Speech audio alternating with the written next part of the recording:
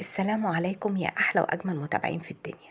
النهاردة حبايبي هنعمل مع بعض حلو، بس الحلو بتاع النهاردة يعني تقيل شوية، ما نكترش منه. هنعمل مع بعض بسبوسة بالقشطة، يعني دي هتبقى كده خليط ما بين الكيك والبسبوسة، بس هتديكي قوام البسبوسة أكتر شوية.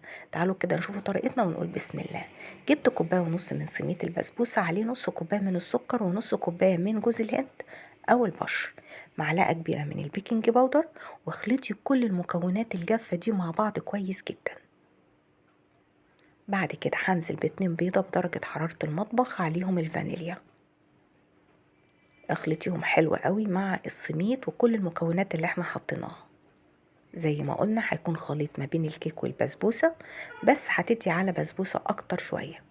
نزلت بكوباية نصها زبدة على زيت، لو مفيش غير زبدة وفي سمنة ممكن تحطي نص زيت على سمنة، الموجود والمتوفر عندك. اخلطي كويس الزبدة والزيت مع بقية المكونات، وبعد كده هنزل بنص كوباية من القشطة، لو موجود عندك وش لبن اللي هو قشطة وش اللبن بتاعتنا العادية دي تمشي وهتبقى زي الفل. اخلطي حلو. عايزة تستبدلي القشطة ممكن تستبدليها بزبداية صغيرة. لقيت الخليط معايا تقيل شوية، فضفت 3 معالق كبار من الحليب لحد ما قوام البسبوسة بقى معايا بالشكل ده. حضرت الصينية وبطنتها حلو قوي بالزبدة او السمنة، وبكون مشغلة الفرن على درجة حرارة متوسطة لحد ما صبيت نص الخليط في الصينية، يعني مش هنزل بالخليط كله.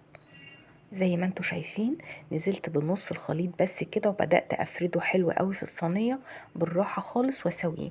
اهم حاجة بعد ما بتفرديه كده اخبطي الصينية كده خبطتين خفاف خالص علشان الخليط كله يتساوى مع بعضه. بعد كده هزقها في الفرن، وعبال طبعا ما تتماسك معايا الطبقة دي هكون بجهز القشطة. معايا 3 كوبايات من الحليب عليهم معلقتين كبار من السكر ونص كوباية من النشا. هقلب على البارد الأول وبعدين هرفع على النار. أول ما تبدأ تغلي هنزل بمعلقتين كبار من القشطة واخلط حلو جدا. زي ما انتوا شايفين تقلت معايا. أول ما بتتقل كده بنزل بعلبة من الجبنة المثلثات، أي نوع جبنة انتي بتفضليه. قلبيه واخلطيه حلو جدا، وهتلاقي القوام معاكي زي ما انت شايفه كده بقى كريمي ناعم جدا. عايزه اقول لكم ان الجبنه بتدي طعم حلو قوي قوي لطبقه القشطه بتاعتنا.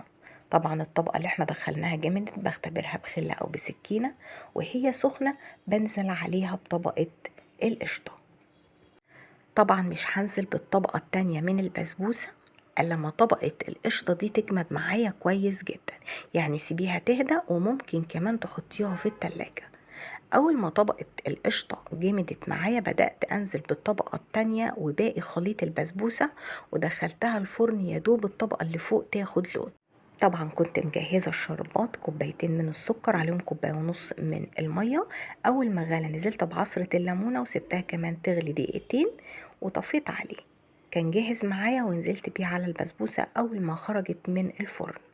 زي ما انتوا شايفين طبعا أنا ما صبرتش لحد ما بردت. زي ما انتوا شايفين زي القشطة، بسبوسة فعلا بالقشطة. طبعا انت المفروض تخليها في التلاجة. انا هوريها لكم دلوقتي كمان لما باتت في التلاجة لتاني يوم تمسكت عن كده خالص. عايزة اقول لكم طعمها في حتة تانية، روعة روعة روعة. القطعة دي بقى بعد ما سبتها في التلاجة لتاني يوم زي ما انتوا شايفين متماسكة معايا ازاي. اعملوها حبايبي، انا متأكدة انها هتعجبكم، بس ما تكتروش منها، يا دوب حتة صغننة قد كده. وان عجبكم الفيديو ما تنسونيش في لايك واشتراك، واشوفكم على خير ان شاء الله في فيديو جديد وبألف هنا.